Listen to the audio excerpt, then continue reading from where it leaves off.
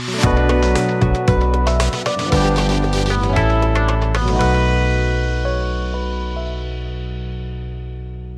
morning, everyone. And we are in one of the next episodes of the series which we are running. My name is Shipra, and I'm very happy and very glad to be a part of this series and take things forward. We have some amazing people today in this whole interview, or I prefer not to call it an interview, but I would prefer calling it talking one on one, talking from heart, and talking and sharing the experiences and the learnings from each one of you. So let me give you a formal introduction for all of you. We have Dr. Oneal here, but he has to leave for some urgent work. So thank you, Oneal, for just saying hello to everybody. Hello, everyone. See Yeah. you soon in the next podcast. See See you. you. And we have Dr. Narayan here, who has also come here to give a little bit of insight into the whole idea of cervical and breast cancer. So thank you so much, Dr. Narayan, to join us. And we have Mr. Gyanu, who is a male breast cancer survivor, and he's completely open, and which is something I'm very proud to be, for you to be here and us to talk to you, because this is something very different and very rare, which people are not even aware about. So it's beautiful to have you here on the call. We have Miss Malou and Mr. William here as a couple who have gone through the journey of surviving breast cancer and going through the details of it. So I'm really, really, really proud, and I'm very happy to have you guys here. So thank you, first of all, for volunteering to come to this thing. We have Ankita here, who's on the ground and helping us initiate and run the whole camp and everything. And most important, one of the reasons why we're doing these podcasts, I mean, it's not a podcast, but it's a one-on-one talk from the heart, because I know, being a female, there were so many things which I was not even aware about.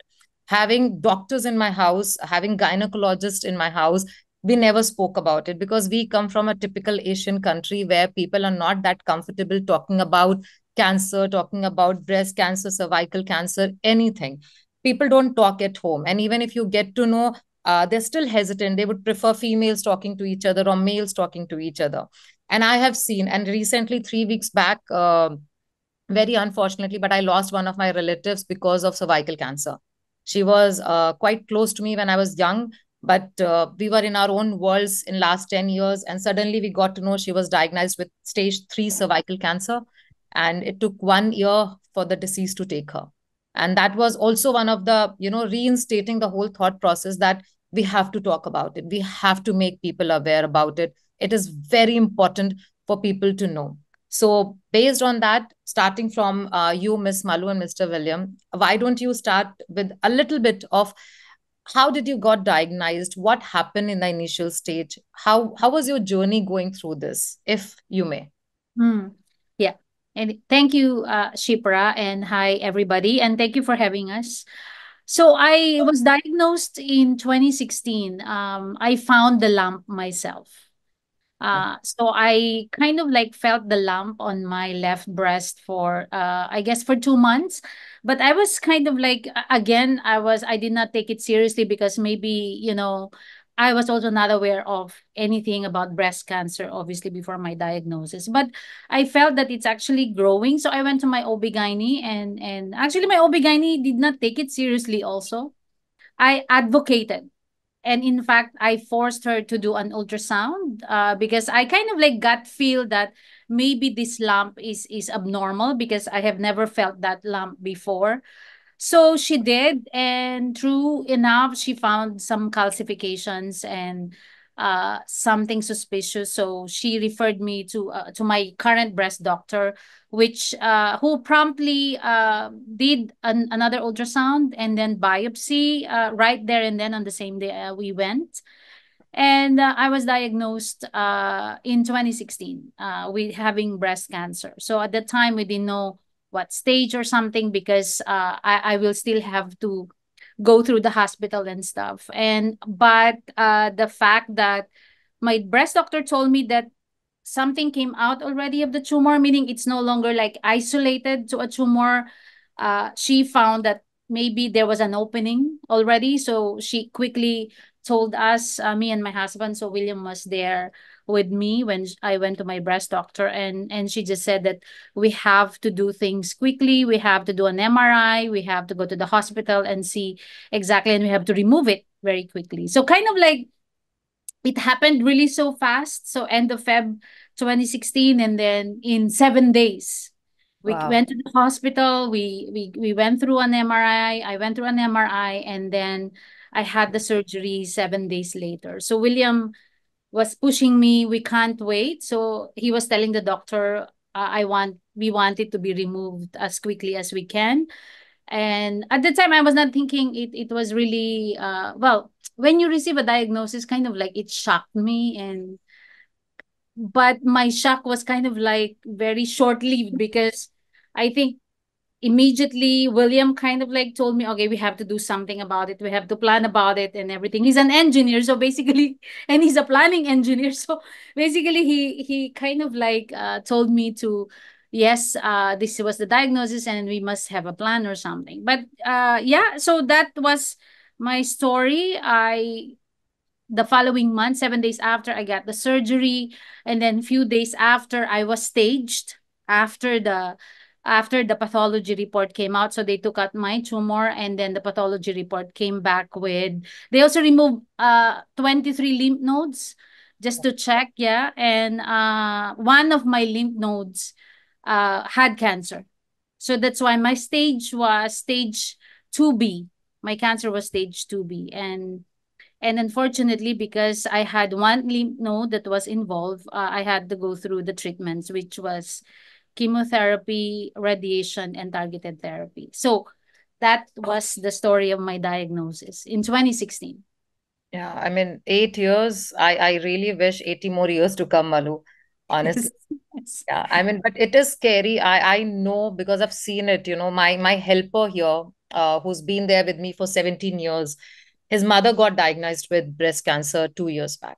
Okay. And staying here, we tried and organized everything. But, the more you go to the rural areas, the facilities are so bad. And as you said, doctors deny. I mean, they don't even, unless Yes. if you would not have insisted, and that is exactly what Umita told me in the last, we had a talk that, you know, sh 4 times she went for testing.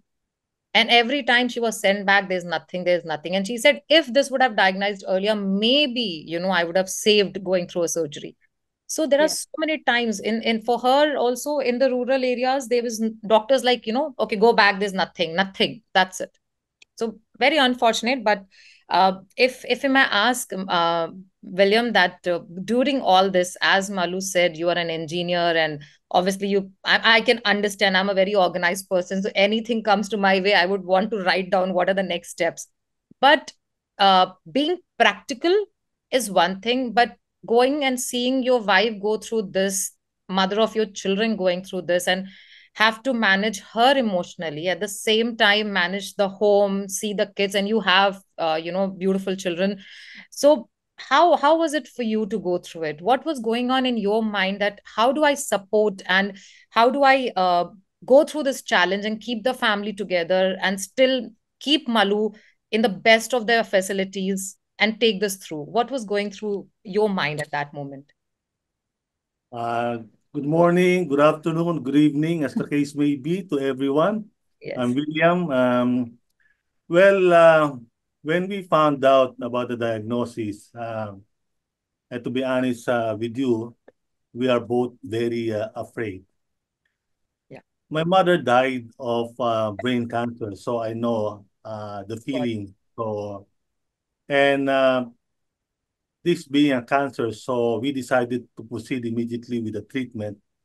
And you know that with the a lot of information technology available, there's a lot of conflicting advice from many people, well-meaning people. You go through this, you do that. So that's the challenge also. That's the challenge. A lot of friends and relatives advising us to go through this. So me and Malu decided to go through the science way. Now, on the first night that we found out, on the night, we cannot sleep together. We are both very afraid.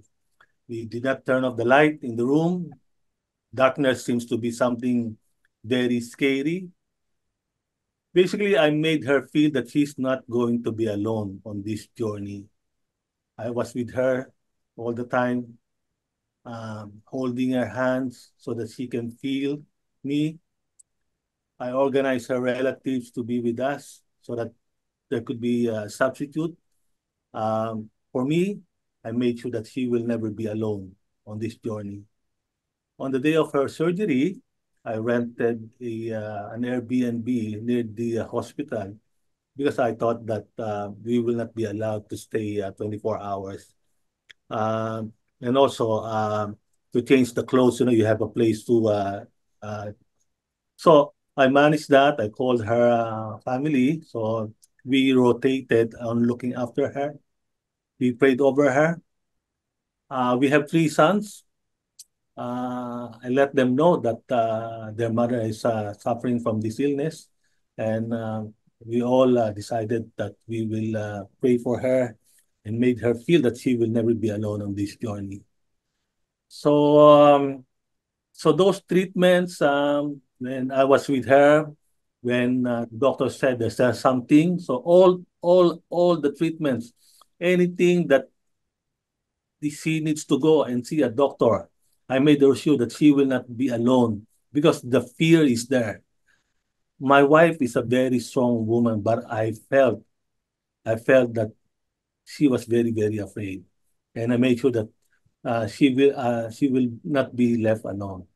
So as I have mentioned, with the technology available right now, there are many, many conflicting suggestions, but as I have mentioned, we went through science. So science being that you do the surgery, you remove it, and then after that, you go through the conventional radiation and chemotherapy. I know what's chemotherapy. I have seen my mother lost her hair and everything. So, and it's not so easy with all the chemicals going through your body. All through those chemotherapy. How many was that? 6. 6. I was there with her, and then after each chemotherapy, we will always go through a good cafe. We will reward ourselves because going through each section is really tough. The loss of taste and everything. So I was always with her, driving her around.